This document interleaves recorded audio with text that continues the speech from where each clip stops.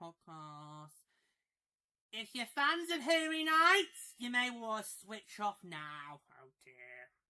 Well, I'll go. Oh no, you don't! No, you don't! You're not leaving!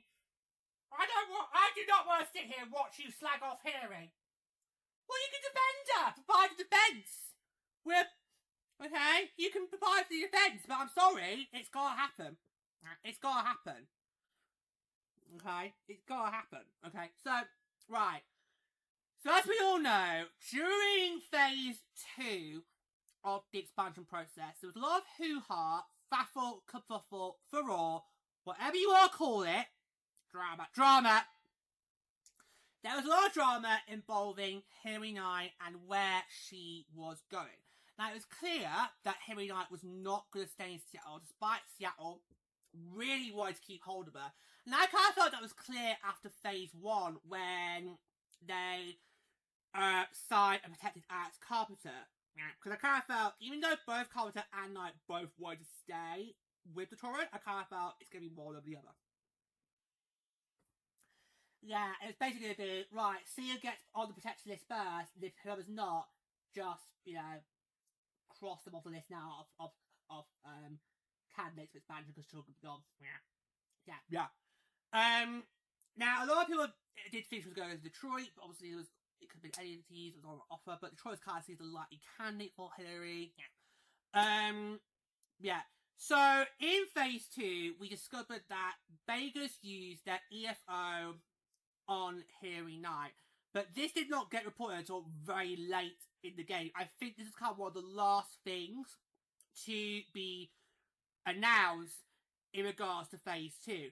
Now, one of the many problems I've had with the expansion process is various journalists who report for the PWHL, or should say report on the PWHL, various journalists on social media were saying this and that, where it had yet to be confirmed by the PWHL. So every time I saw something on social media from a journalist, I could then go to the PWHL website, refresh it, and if it's confirmed, I report it back to these two. If not, I hold out. And I've seen various stories about the Hairy Night thing. It's like saying how she's based EFO, but she doesn't want to play for them. She was seeing someone's going to for Detroit. Detroit's doing a trade with Vegas to get Hairy or this and that. But because obviously, as you guys know, we had a roster freeze in place for the first 4 phases, we couldn't really know anything until 24 hours before the draft. So that is what happened. So after the roster freeze was lifted, it was made official that Hairy Night did a sign and trade. So she signed with Vegas as their EFO, and then was traded to Detroit, and in return, Detroit gave Vegas their first round pick. Now, I kind of felt stupid. If I was a fan of PWHL Detroit, I'd think that's a stupid move, given how very highly stacked this draft class was. I kind of felt this draft class is not the draft class where you want to go and make trades on the draft floor like we saw last year in Ottawa, with a lot of them involving the New York Sirens. Okay? So well, you were saying you don't expect any trades, and they do happen, you don't expect them to happen until after round 3. You just grab at the first 2 rounds, why would you dare? Yeah. I mean, if you made trades beforehand, fine. But, because obviously, various teams did do that. They can't make trading picks before the draft got underway. That's fine. That was fine. Totally fine. No problem with that. It's just, if you're going to do it on the floor, that's where we'll have had the issue, because this draft class was so stacked. And I don't think we mentioned on the draft recap show, but no trades got made. They did not. No, we were trade free this year. We were trade free, which I think after last year was a bit of a whew. sigh of relief. Yeah, sigh of relief, because it was mental last year. Every time Cassie came on the draft floor, it was like, oh, it's like Panther season started early. It's like, oh no, I'm not in the mood. Get me rum out. Yep. You're like, I attack. Yeah, because that meant Detroit was the only team in the first round not to have a pick. You know? And I do wonder if that is going to bite Detroit in the ass. Like how Tio trading their first round pick to New York last year in exchange for Shelton bit them in the ass. Because obviously, as we all know, in the first round last year, New York went and took Christina Karsokova as the first overall pick. Boston then got Heggie Wynn. And we were thinking, oh my god, because I thought Casey Brown was going to go first. We were thinking, oh my god, if Casey Brown could go to Tio. Yeah, of course, no, trade, the klaxon gets down, trade happens. And I bet Tio are regretting that. I bet they're regretting that. Yeah, I bet they're regretting that. But yeah, so I just, and this really gave me a headache.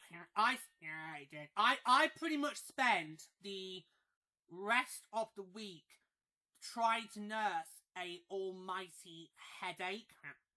I don't get them that often. I don't get them that often. But when I do, oh, do they hit like a ton of bricks.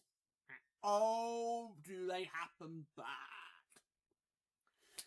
So I basically spent the rest of the week basically nursing a headache. I'm not sure it really cleared at all because I then ended up being, I then ended up falling ill during phase 4, but that was a different illness.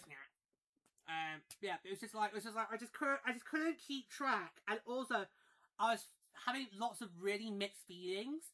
And that was also playing on my mind. That also contributed to it. Because I have the deepest amount of respect for Harry Knight. I mean, I do believe she is one of the best of the best for TUSA. It's going to feel so strange that she's now retired from the national team. It's going to feel a bit strange in that with those next Olympics, the French Alps, knowing that she's not going to be on the roster. You need to get used to it now. Oh, thank you very much! Wow!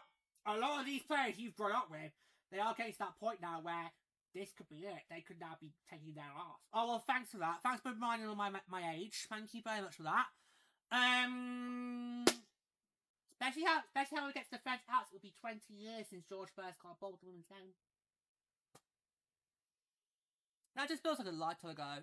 Honestly, guys, 2010, it does really feel like a lifetime ago now.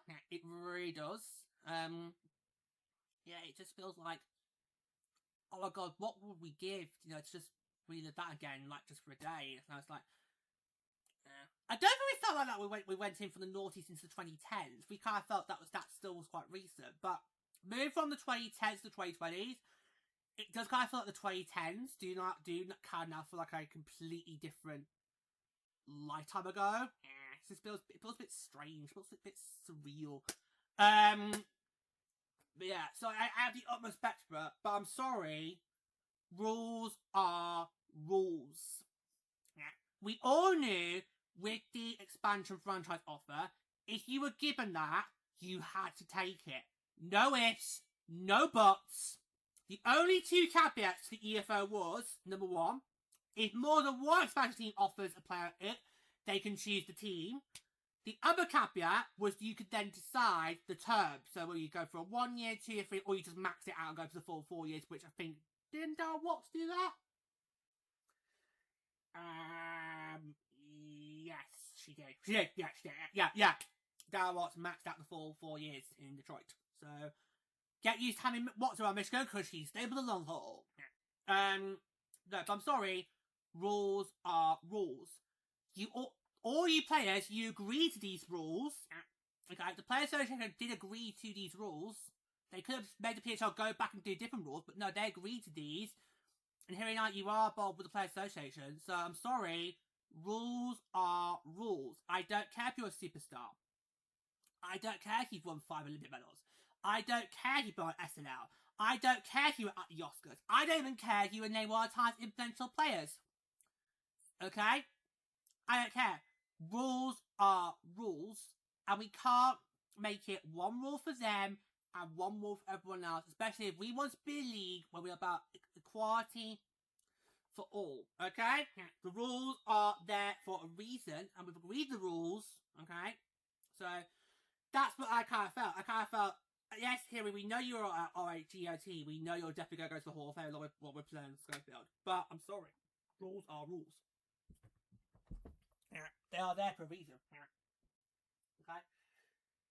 Do you feel we've got the full picture? No. No, because some journalists report it as, oh, she didn't want to play for Vegas. So, and I think some people try to, but isn't that some journalists try to then paint Las Vegas as the bad guys? Lady. Las Vegas, come on, lady, you should know by now. Las Vegas doesn't need anybody's help to paint with the bad guys. That is, they already are the bad guys. In fact, oh no, I exactly know what, I think I know what PWHL Las Vegas' goal hoard should be. Oh, for fuck's. The only Irish song you know is from Barbie.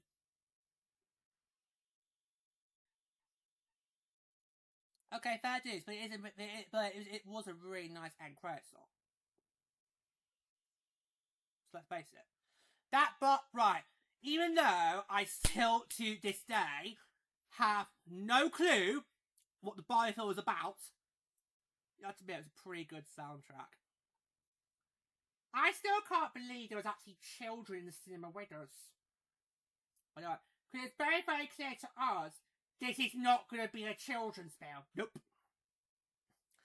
Especially when I caught you trying to stop yourself laughing from all the Kens going about beaching off.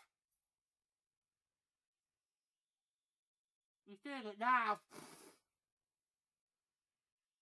So I'm going to say, stop doing that!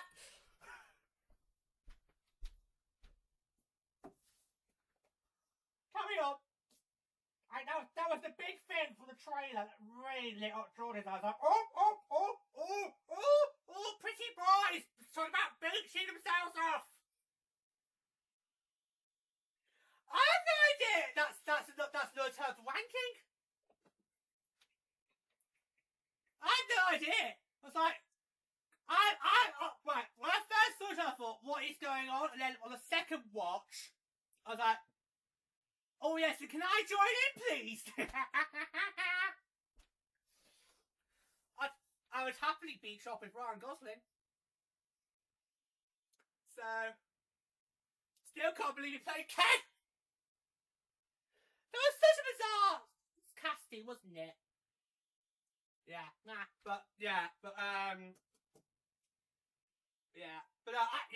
think, it was just, that was not a children's film. It really wasn't. So, I was kind of a bit shocked that some parents had brought their kids in, thinking it was going to be a nice, pretty 90-minute Barbie film. It wasn't. It was not. And then again, 1 year later, a lot of kids get brought in to see the Mufasa film.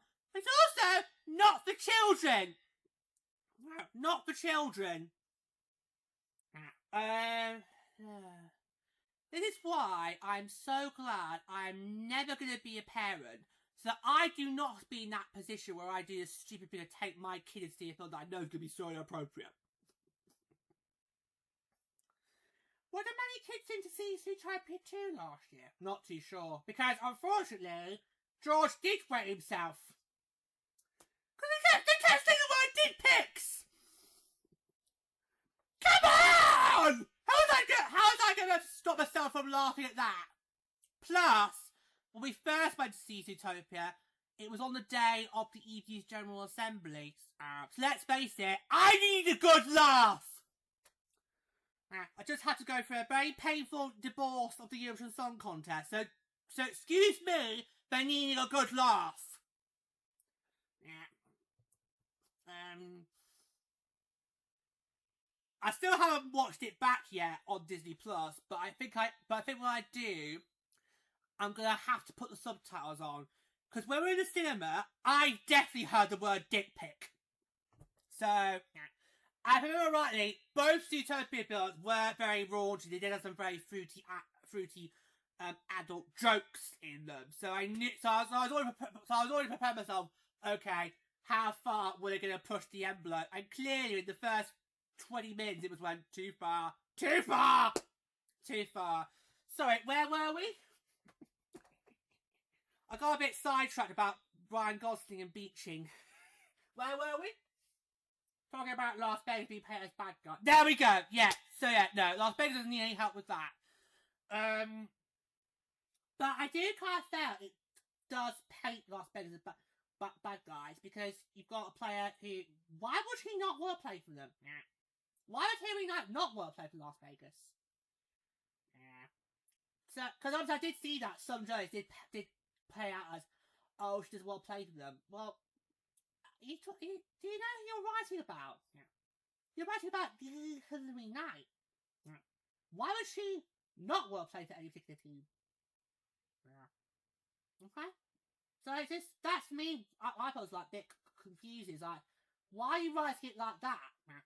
Because you're now petting he's a bad guy, and you're also petting her as a bad guy, because it's basically saying, well, she's basically just throwing a toy at the plant. That's, yeah. And for me, I kind of sort of think, who is really at fault here? Who is it really at fault? Is it PWHL Detroit for initiating the trade in the first place? Is it PWHL Las Vegas for using their EFO on a player who probably was never going to stick when there were so many other options available? Go list them. Aldridge, Multi, Turnbull, Schofield, Rock. And I can't even believe Montreal's got Rock back. Yeah. Woo-hoo! Yeah. I bet Montreal fans would be a huge sigh of relief, because she was a huge risk trade last year. And yet it's paid off in spades. So the fact they've managed to hold on to her, I think, is brilliant, especially given how Montreal's lost Gamora, they've lost Ambrose. So very good for them. Good for them there. Yeah. Or does the blame go on Harry Knight because she was a player involved in the first place? It's like, who really gets the blame game here? Who really has to be laid the blame? That is what I'm trying to look at it as. Who really is responsible for the mess that we have found ourselves in? And also, it's not really good for our league, though. We've got this going on. This is only in phase 2. We still had 2 more phases to go, and we knew until the end of those 2 phases we weren't going to know more. We were basically stuck in this. He said, she said. It's like, oh, give me some. Just. I mean, this expansion process was going to be stressful enough as it is. We did not need any more stress being piled on. We just didn't need it. We just did not need that. And I just feel like, oh my god, what is going on? Like, literally, what is going on here, guys? Like, seriously, come on. So, yeah, I know I've said my piece about Harry Knight, but that's because I'm pretty much a stickler for the rules. If, to me, you lay out the rules to anything in life, I'd expect those rules to be followed by all involved, regardless of what your status is. So, when I started hearing about, oh, she's been named EFO, but she's refused to do it, it's like, well, Harry, you knew what the rules were, love. You may be a star player, you may be one of the best of your generation, but rules are rules. Vegas has given you that EFO. You now need to take that EFO and run with it. You could then name your terms. You could have then said to Vegas, I'll do 1 year and I'll go. You could have named those terms, but you just weren't playing ball. So that's how I see it. I think in the end she did do a one-year deal, but that's because she was like, oh, sign it, because I know that as soon as I get the opportunity, I'm going. I'm going. I think Detroit actually, yes, George, they did lose the right to get a first-round draft pick, but they kind of felt they were the winner because they got Harry Knight, and in their first pick, they did make the draft. They went and got their starting netminder. Yeah, but what if she hadn't been on offer? What if another team was getting there first? Well, no, but yeah, I just feel. I just felt this was not handled well at all. This was not handled well at all, and because we knew the roster freeze was in place, there's no point you putting it out there she was going to get traded, because we knew that we weren't going to get that confirmed until after phase 4. So I think if it had just been said that she signed with Las Vegas a 1-year deal, fine. It would have been a big of a deal. And then when we get after phase 4, then she goes and does the sign trade. Fine. We might not even need to have bothered making this episode, because that would have been just, yeah, fine, fair dues. Although I'd be thinking, wasn't that their EFO? Wasn't that their EFO? Speaking of which, and I can't believe I'm about to channel Amanda from BB15. Don't do it, George! Don't do it! I can't believe I'm about to do this, because I just feel like BB15 is one of the worst seasons I think that's out there of Big Brother US. Amongst others, it's in the top 5 somewhere. But literally, when this is being put out there, I can't literally just immediately kind of felt like I'm Amanda and Dominique is Alyssa. You wasted your HOH. What a waste of a HOH. You wasted your HOH. That's how I felt with Dominique. I was like, what? That's thought to waste your EFO. What a way. You wasted your EFO. You absolutely wasted. Although, in that season, was it really a waste? Because she got out Aaron, who was completely utter butch. So, no, but I think the plan was to backdoor Amanda. Oh, was it? Yeah. I think the plan was to, because I think Andy McRae were on the block. And I think the plan was Andy was going to get taken off. Amanda goes up his place, and then backdoor Amanda. But Amanda won veto. Amanda won the veto. Took McRae off the block. Aaron goes up. Bye bye, you bitch. Yeah. So actually, even though on the one hand Amanda's right, because yeah, you've missed the opportunity to get her out, but at the same time, was it really a waste of a HOH? Because Alyssa still got out a big threat. It's just it wasn't the one that she wanted to get out, because she originally wanted Amanda out, not Aaron. But obviously we won't have with Beto. Then the irony was, when Amanda needed it, she actually managed to get Alyssa's boat! Crazy. Yeah. So in that context, I think, was it really a waste for HOH? Because technically Alyssa did still get a big fish out. Plus, she's a Riley sister, so we all know, don't mess with the Rileys! Lauren! Lauren! Lauren! Oh, I hated her on last year's Big Brother. Absolutely hated her. Do I remember when she used the Beto on Vince during Rachel's HOH last year?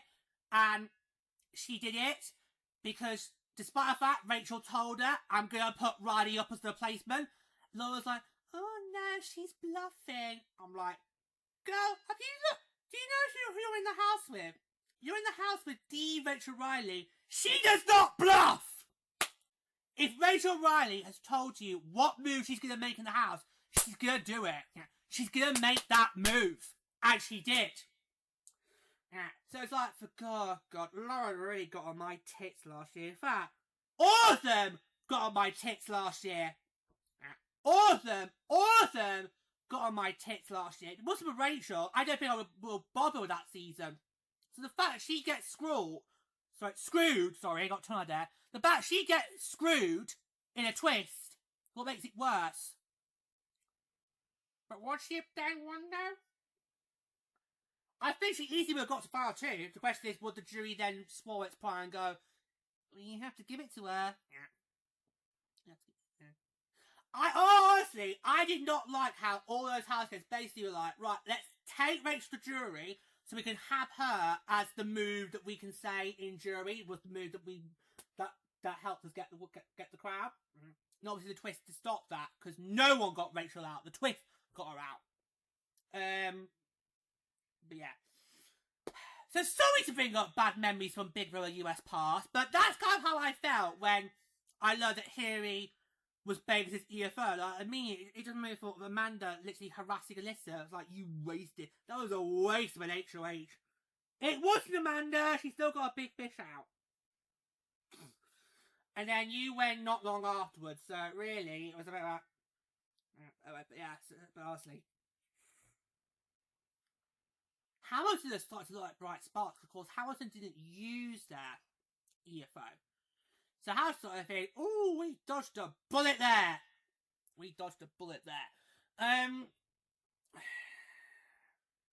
But at the end of the day, it's Harry Knight, and Harry Knight can do what the fuck she wants. Within reason.